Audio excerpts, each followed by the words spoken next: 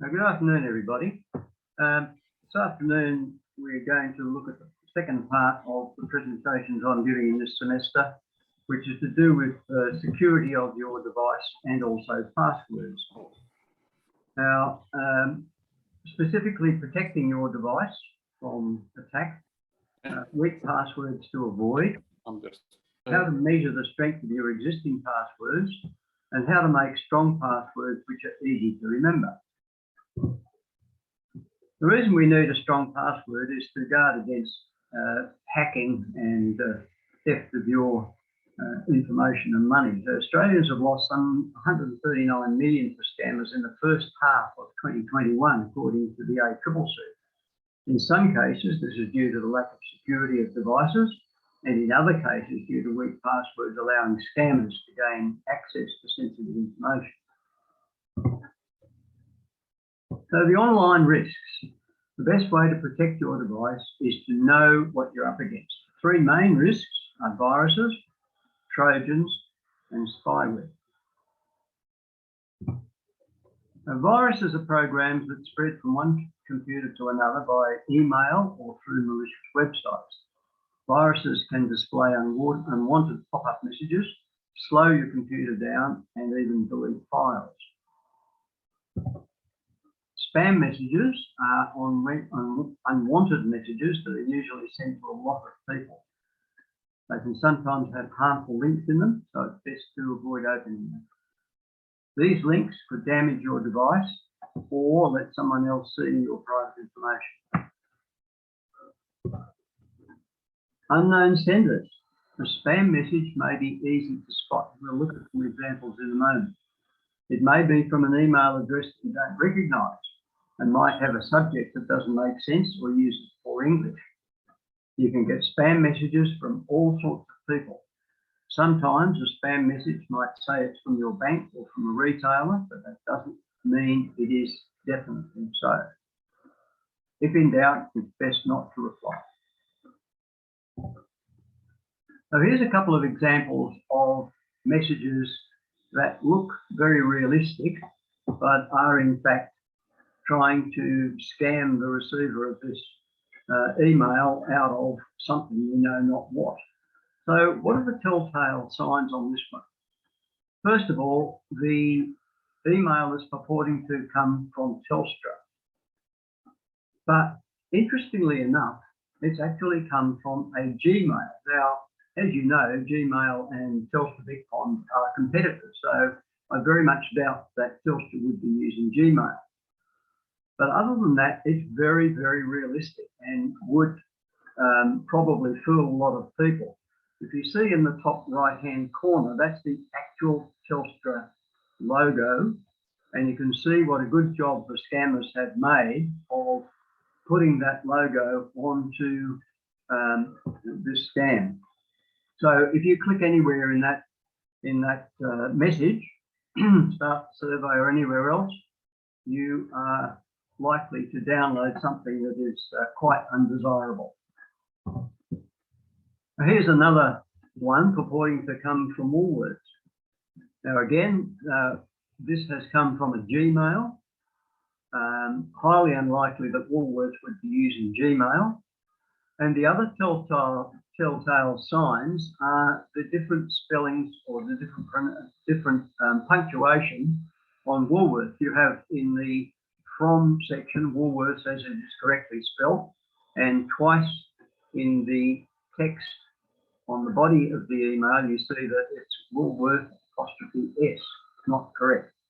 So that's a bit of a dead giveaway. So you've got to look quite hard sometimes at some of these messages to determine whether they're genuine or not. But I would almost bet money that a lot of people got fooled by those two email messages. Now, unwanted messages that you might receive that aren't spam but are still annoying, say from an online shop or other trader, so you may decide to leave their mailing list. So in order to unsubscribe, you open the message, scroll right to the bottom normally, and you see the option to unsubscribe, and you click that to leave the mailing list. We just go back to some of the Woolworths scam you may find there's an unsubscribe somewhere on there. It may be at the bottom, or it may be in the text. So even with these types of things, it's best not to unsubscribe. Only unsubscribe from companies or traders that you recognize. So links and attachments. You may click on a link while using a search engine, or a link may be sent to you as part of an email. A link or a URL looks like the Avpals URL that you can see on your screen. The Uniform Resource Locator, or the URL, is the address given to your unique resource on the web. Now, within your email management system, you'll have trust settings, and they are there for you to adjust your trust settings to tell your email manager how you want to manage either attachments or downloads. Now you can, in the middle of the screen, you can see what various attachments look like. There's one that's a Word attachment, one that's a PDF, one that's an MP4, and another a JPG. We'll look at each of those attachments separately in a moment. Trust settings may be changed in your email manager to, for example, protect against automatically downloading pictures or opening attachments. So what you'll get is a message like the one on the bottom of the screen, where you have to right-click on that X in order to open the attachment. Now, the most common file extensions used with text files and documents are .doc or .docx, which are Word files, .pdf, portable document file formats, rich text format file, or plain text files. Images, most commonly, are JPEGs, or .png, or .gif, or .tiff. There are a number of others, but they're the most common ones. With videos, most common one will be an MP4. Spreadsheets, most common will be .xls or XLSX, which is Microsoft Excel. And presentations like this afternoon on Microsoft PowerPoint, which have a file extension of .ppt or .pptx. Now, unless you're very experienced, do not open those 5 file extensions that are on your screen at the moment. Let's have a look at Trojans. Trojans are programs that pretend to be innocent, but are in fact harmful to your device. They're designed to trick you into installing them, for example, by offering to scan your devices for viruses. So they offer you this wonderful service, but in actual fact, they're going to infect your device with something nasty. Spyware is software that's designed to steal personal information. For example, it can monitor what you do online and then steal passwords or bank account details. Spyware may monitor your keystrokes, for example, and record your bank logon. So protecting your device. We've acknowledged there are some risks in accessing the internet, and we show you some strategies to help you keep safer online. Knowing how to protect your device from online risks is the key to enjoying the internet. So let's find out what you can do to keep your device safe. First of all, antivirus software. You can protect your device from virus infections by installing antivirus software. This protects your computer in 2 ways. It scans all parts of your computer regularly for anything suspicious, and it monitors the files and programs you use as you use them. Now, there are many, many types of antivirus software. I've given you a little bit of reading here. So down the bottom of the screen, you'll see that there's a link there, which will be up on the Avpals website probably by tomorrow. And if you click on that link, you can go through and read an article from PC Magazine Australia on the best free antivirus protection for 2021. There are quite a few that you have to pay for, but there are also quite a few that are free and very good. Anti-spyware software helps protect your computer against pop-ups, slow performance, and security threats caused by spyware or other unwanted software. To keep up with the latest forms of spyware, you should keep your anti-spyware software updated. Again, I've given you suggested reading there. Firewalls. Firewall is software that protects your device against unauthorized access, as well as some viruses and spyware. It can also stop your device being used to spread viruses or send spam emails. It works alongside antivirus and anti-spyware software.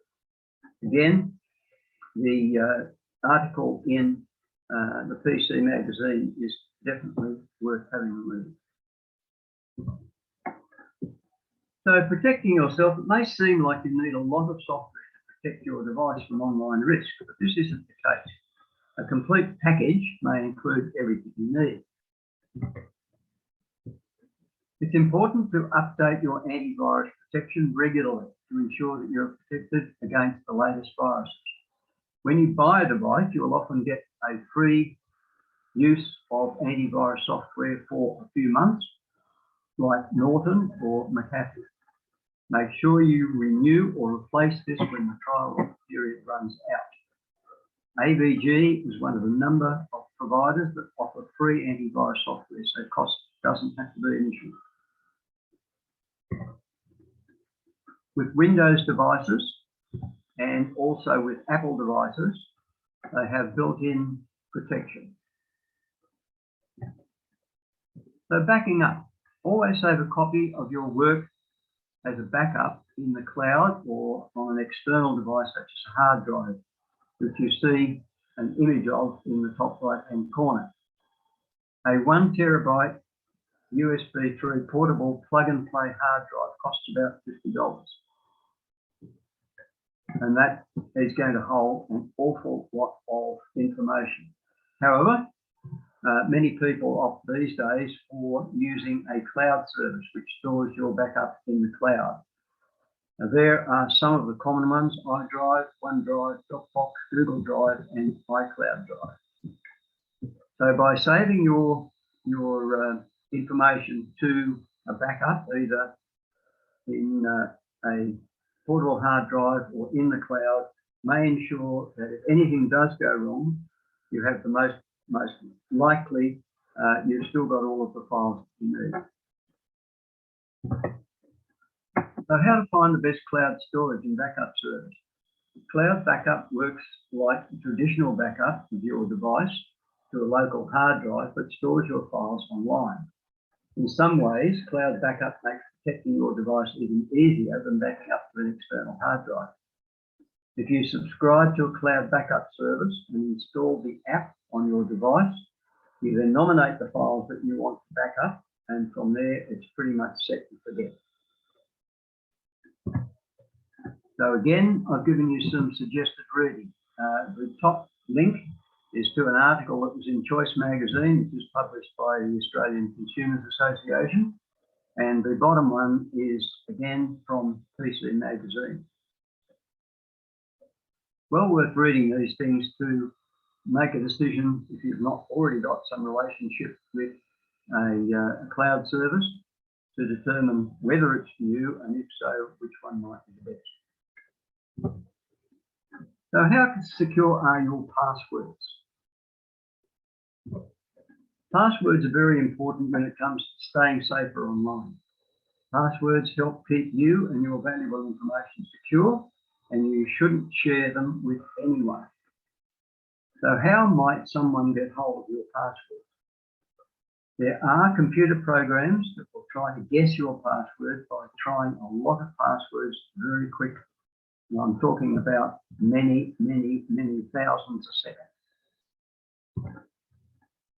So how does a password get hacked? Cyber criminals have several password hacking tactics at their disposal.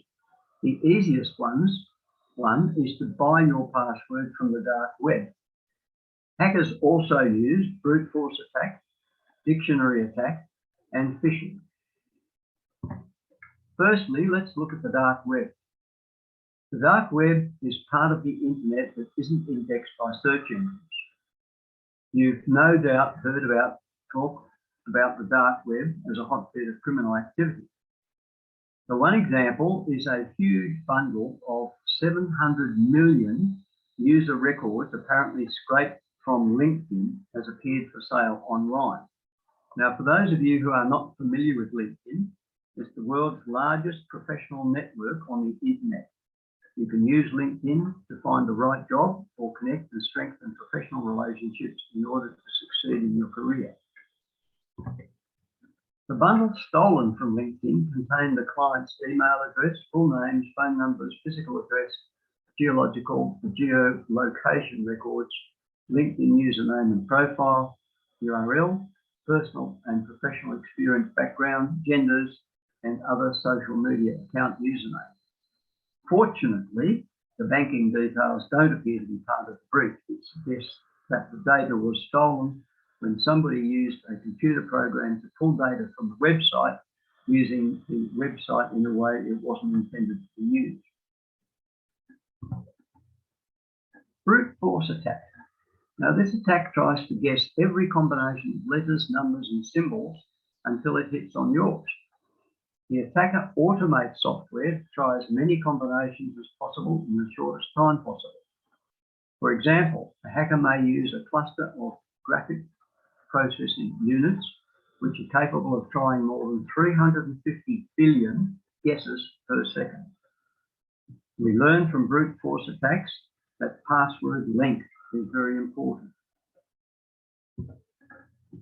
Dictionary attack is exactly what it sounds like. The hacker is essentially attacking you with a dictionary. A dictionary attack tries a pre-arranged list of words, such as you would find in a dictionary. If your password is indeed a regular word, you'll only survive a dictionary attack if your word is extremely uncommon, or if you use multiple unrelated word phrases like laundry, zebra, onion, blue. So 4 words joined together with absolutely no relationship to each other. A phishing attack is when cyber criminals try to trick, intimidate, or pressure you into unwittingly doing what they want. People are highly susceptible to falling for all kinds of manipulative tactics. Hackers have developed many types of tactics to gain access to private information and steal data, money, and more. In a recent promotion of a company called Malwarebytes for their new premium software product, there was a warning of the rapid increase in remote desktop protocol attacks due to the more people using a device from home.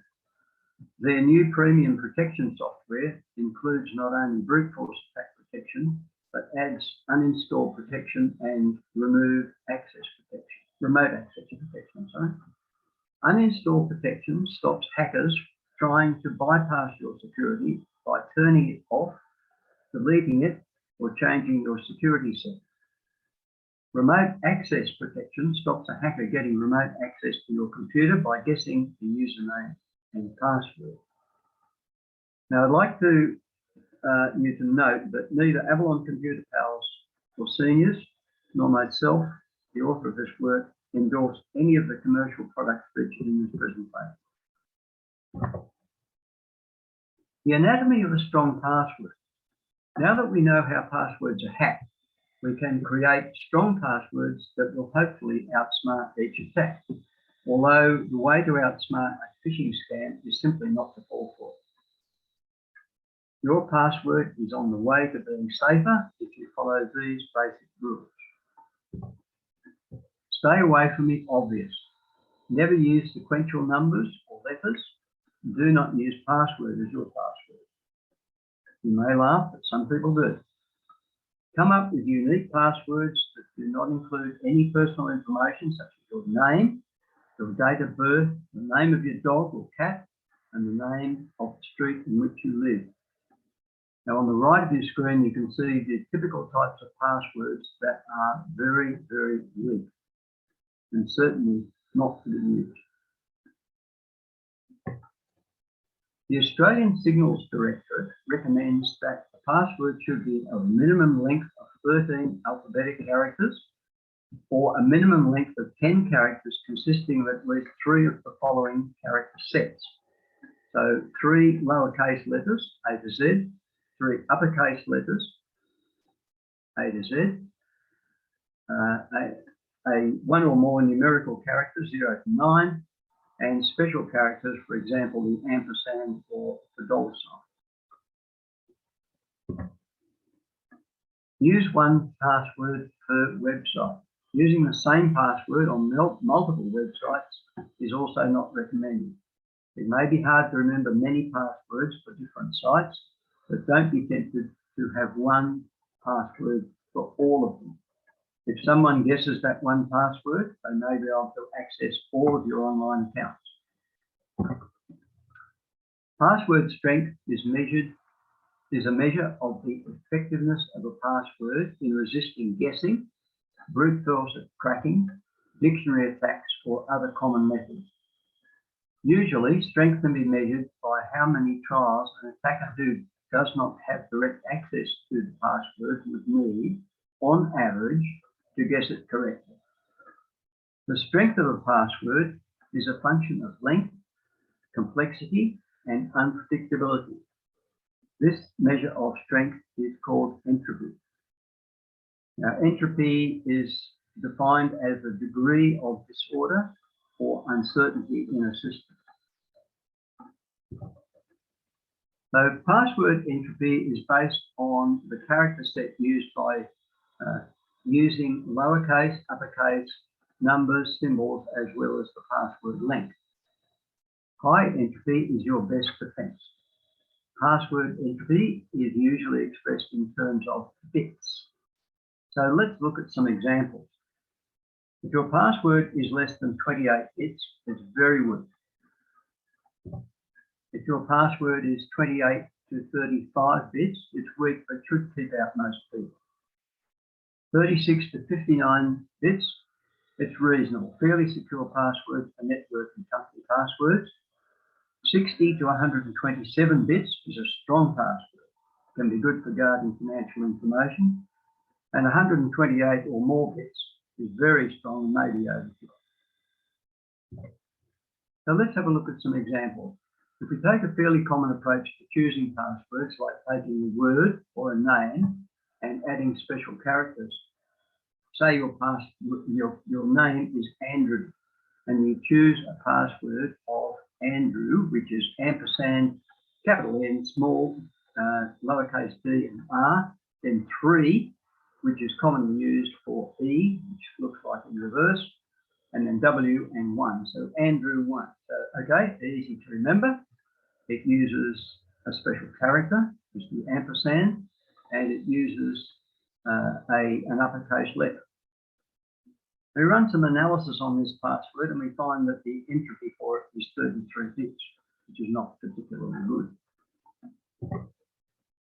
So how about horse, chicken, float? More than 13 characters, but easy to remember. Its entropy is 76.4 bits, so it's getting a lot stronger. So you can then increase the complexity with the ampersand before the horse and the 6 after float. So the entropy of that suddenly comes up to 93 bits.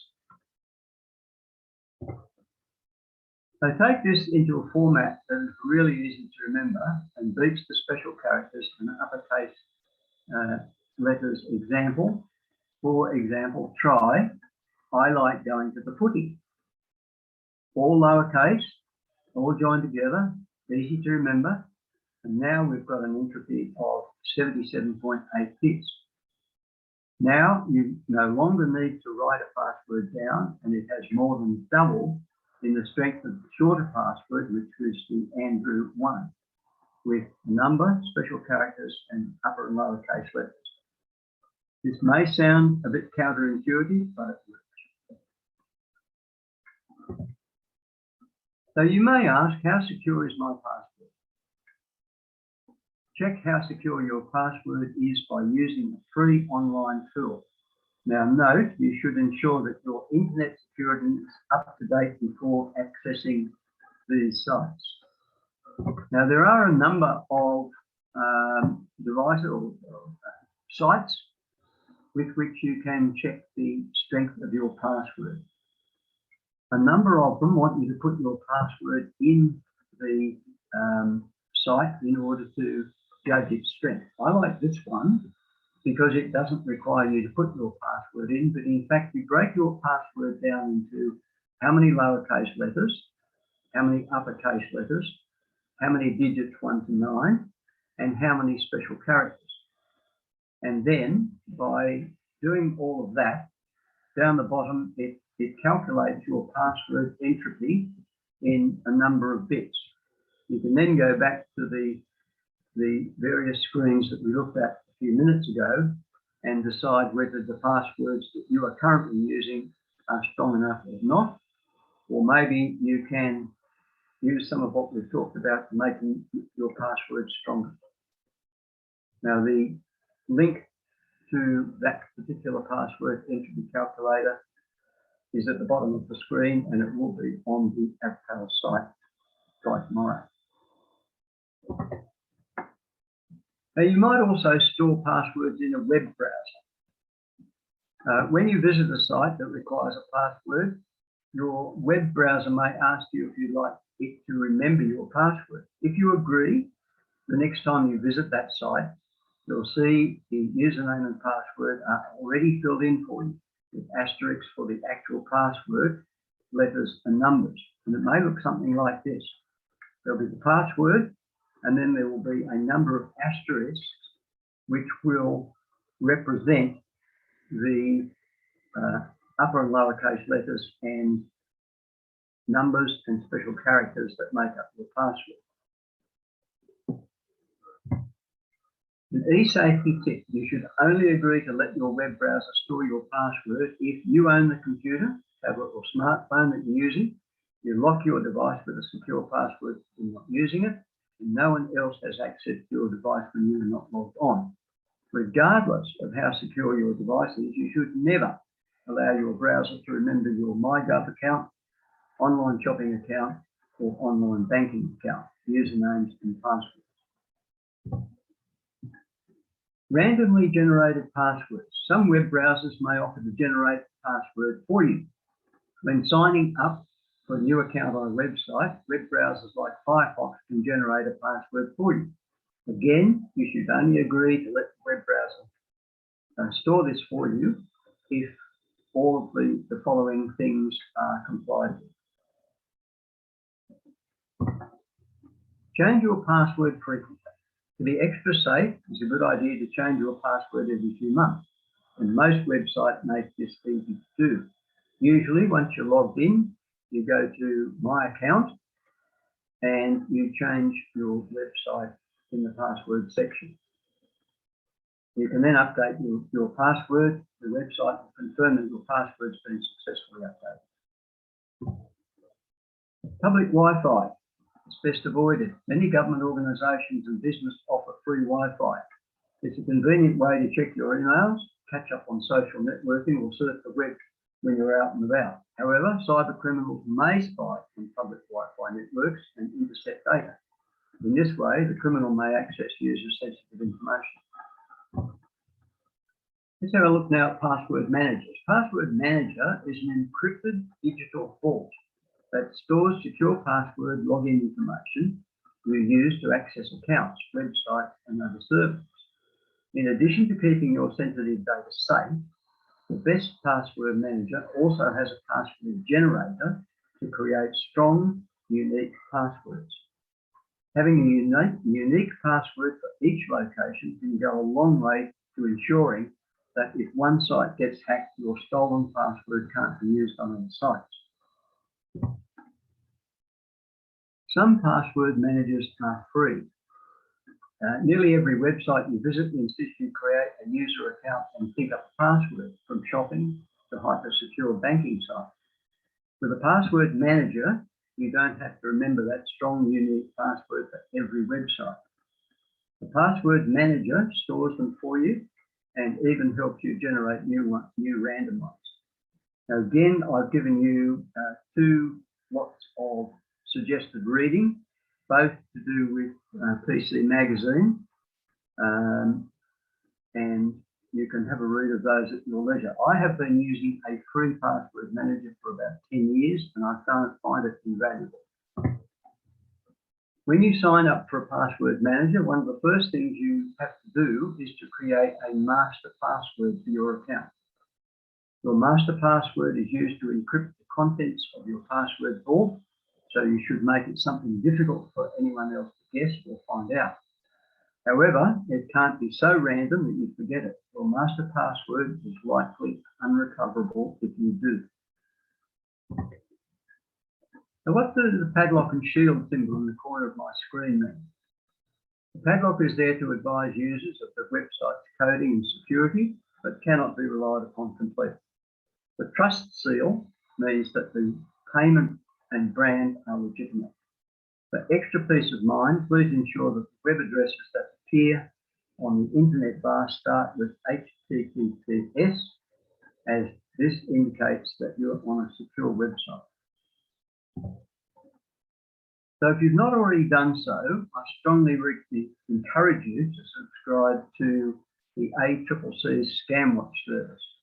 Now, you subscribe to that on the link that's at the bottom of the screen. Again, this will be on the Avpals website, and you can then receive emails from the ACCC ScamWatch whenever new scams are doing the rounds.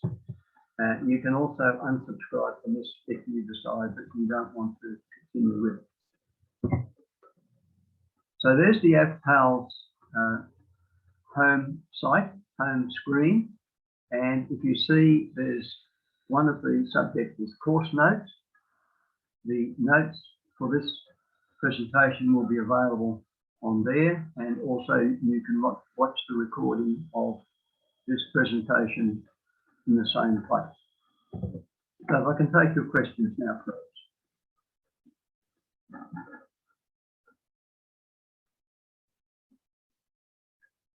Sorry, can I unmute? Yes? Yes, please. Yeah. Windows Defender, is that secure enough? Yes, it's allegedly very good. Right. Many millions of people use it, and I've not heard any adverse criticism of it. It's also good because it updates fairly regularly.